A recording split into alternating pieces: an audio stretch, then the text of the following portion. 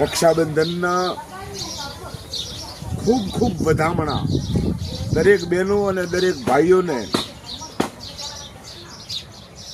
ભગવાન વિષ્ણુ જે દિવસે બલિરાજાના ત્યાં ગયેલા અને એમને છોડાવવા માટે લક્ષ્મી ખુદ ગયા અને બલિરાજાને જે રાખડી બાંધીને એ પછીનો આ તહેવાર એટલે રક્ષાબંધન. અને આને નાળિયેરી પૂનમ પણ કહે છે. આ રક્ષાબંધનના દિવસે દરેક બહેન પોતાના ભાઈના સૌભાગ્યની, મારો વીરો ખૂબ ખૂબ સુખી થાય એવી શુભકામનાઓ માગે.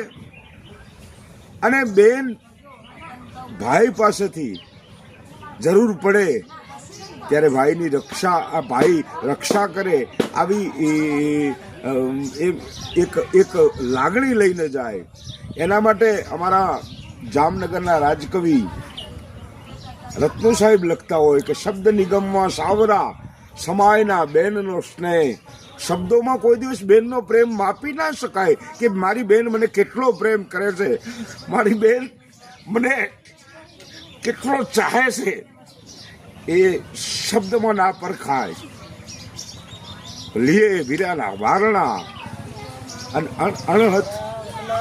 અણકથ હેતના એનો કેટલો હેત છે કે જ્યારે ભાઈના વારણા લેતી હોય ને એ વખતે એને કેટલો હેત છે એ બેનના હૃદયને જ ખબર પડે અને કદાચ ભાઈના હૃદયને ખબર પડે.